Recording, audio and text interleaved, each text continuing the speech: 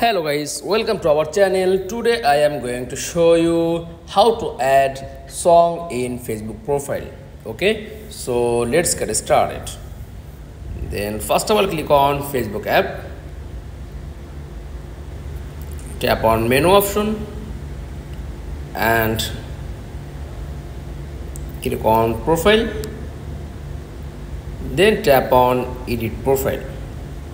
Okay, scroll down, tap on this edit about. Okay, then scroll down and click on add music.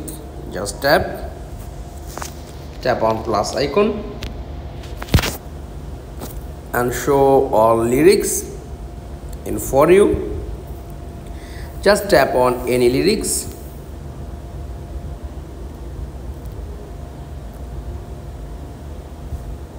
Okay, and back.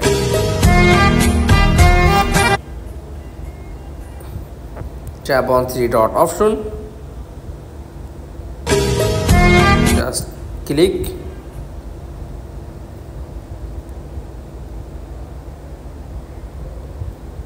Then add to music and back to add song on Facebook profile.